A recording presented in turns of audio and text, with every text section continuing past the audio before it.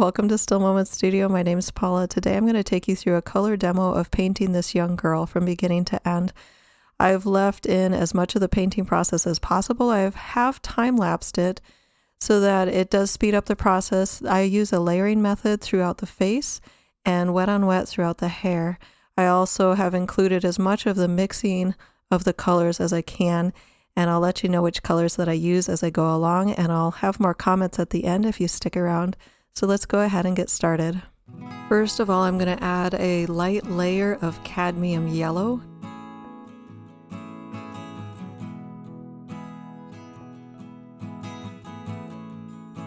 Then alizarin red mixed with cadmium yellow for the second layer. Just a very basic, soft skin tone.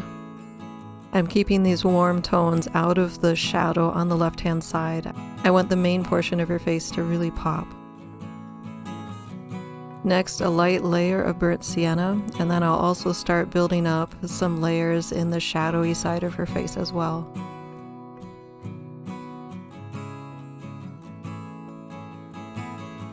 Burnt sienna with burnt umber.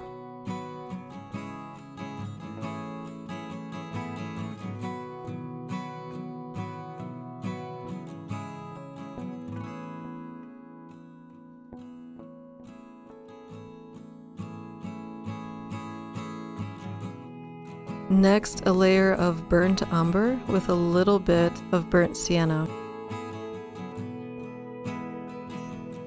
And again, some more burnt umber.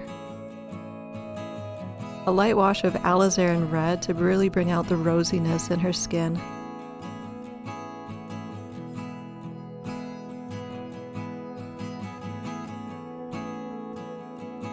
Burnt umber off on the right-hand side of her face by itself. Burnt sienna with burnt umber.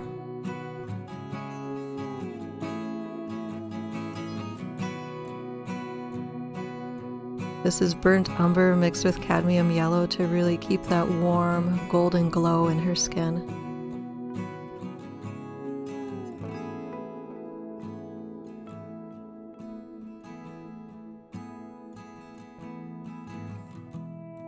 Cadmium yellow with a touch of burnt umber for the warm tones in her hair. Burnt umber with cobalt blue for the shadows in her face.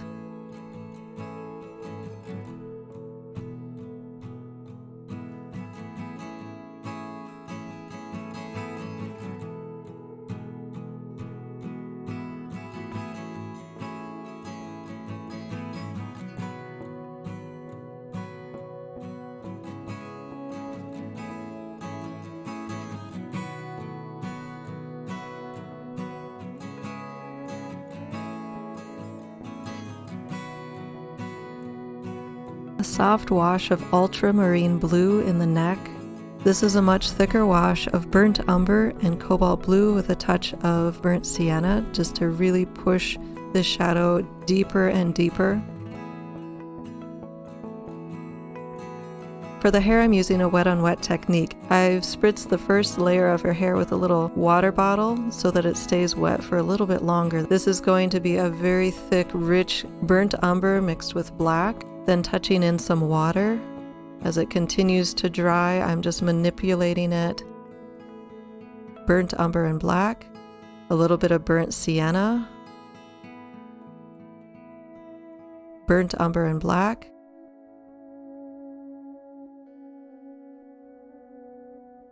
so here I'm using the paper towel to lift off. Yellow ochre,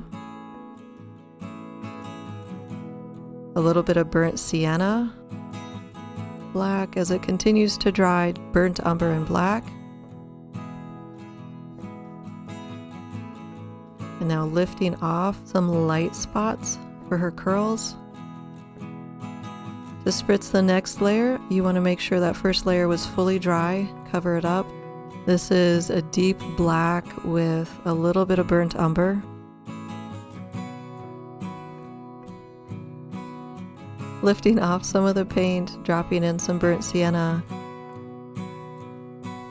And again, using a paper towel to create some light spots in her curls. For this, you really have only one chance with wet on wet when I'm this far into the painting, so I did use a sample piece of paper off to the side, and I realized I had to go very deep, rich, and then use a pull-off method, that was the best way to get her rich, very, very curly hair all in one shot.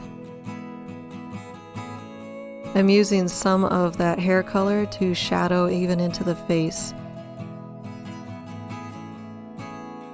Same method over on the right. I'm covering up the face, spritzing with water to help the wet on wet technique last a little longer, and then using a combination of burnt sienna and burnt umber, and then touches of black in there as well to darken, especially around the ears, to create lights, darks, and curly hair.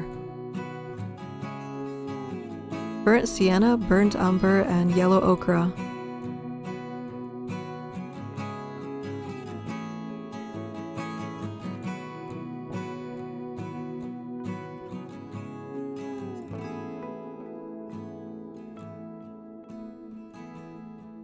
For the eyes, this is yellow ochre on the first layer, then burnt sienna,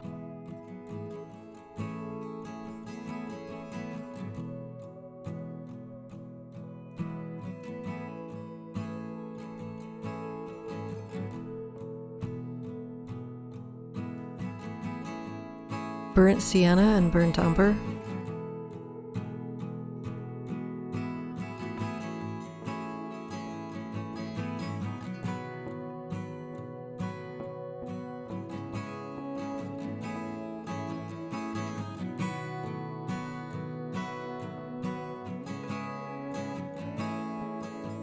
the deeper tones in the eye could either be burnt umber and black or burnt sienna and black. Both would work just fine. And then the pupil will be black.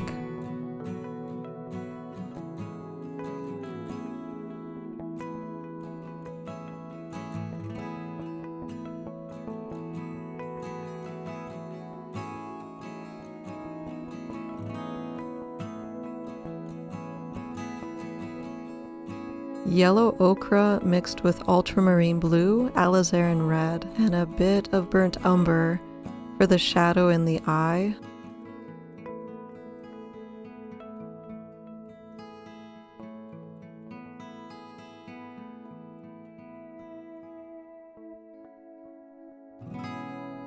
Black and burnt umber for the eyelashes.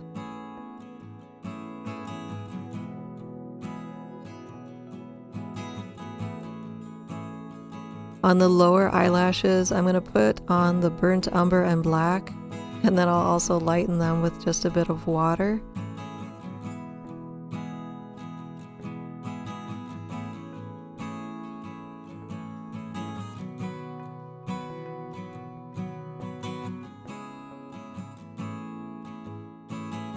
Alizarin red, burnt umber, black.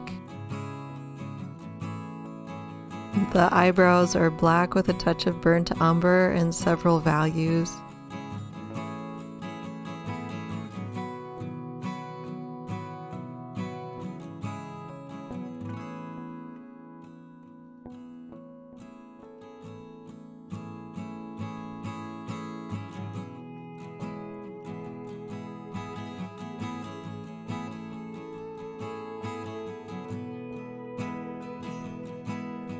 This shadow is burnt sienna and black.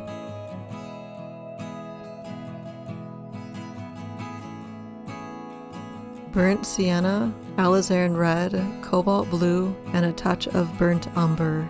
I'm working to keep these final shadows warm, so not completely black, a little bit of brown and warmth in it as well.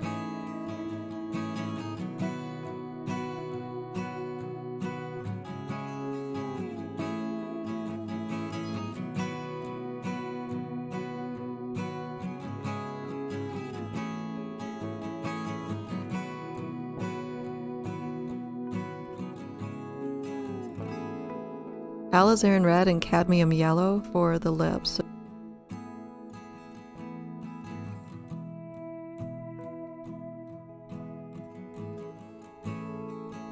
Yellow ochre for her hoodie. Cobalt blue and burnt umber for the shadows on the hoodie. and a couple of values and then a touch of black in that as well for that final line.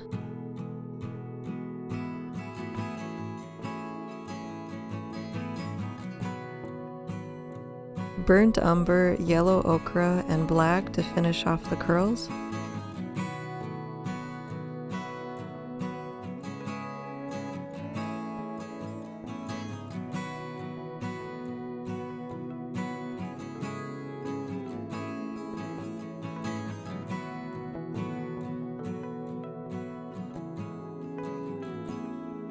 On this final step, I'm using a clean, damp brush to reactivate some of this burnt umber up here along the hairline so that it looks a little bit like soft tendrils of hair that are coming into her face. And then I'm also using that along the other hairline.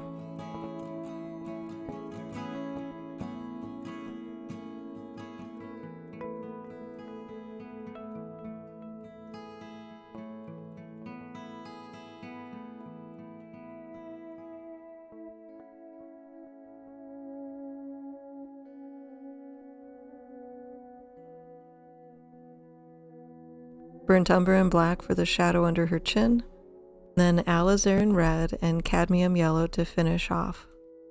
I hope you've enjoyed this painting process with me. Burnt umber is rather difficult to work with. I tried to use it as much as possible in this painting because of how technical it was, and I wanted to be able to showcase how you could use burnt umber with cadmium yellow. You can use it with ultramarine blue, cobalt blue, alizarin red. It mixes with a lot of colors, but because of the grain size of burnt umber, it does not soak into your painting very well.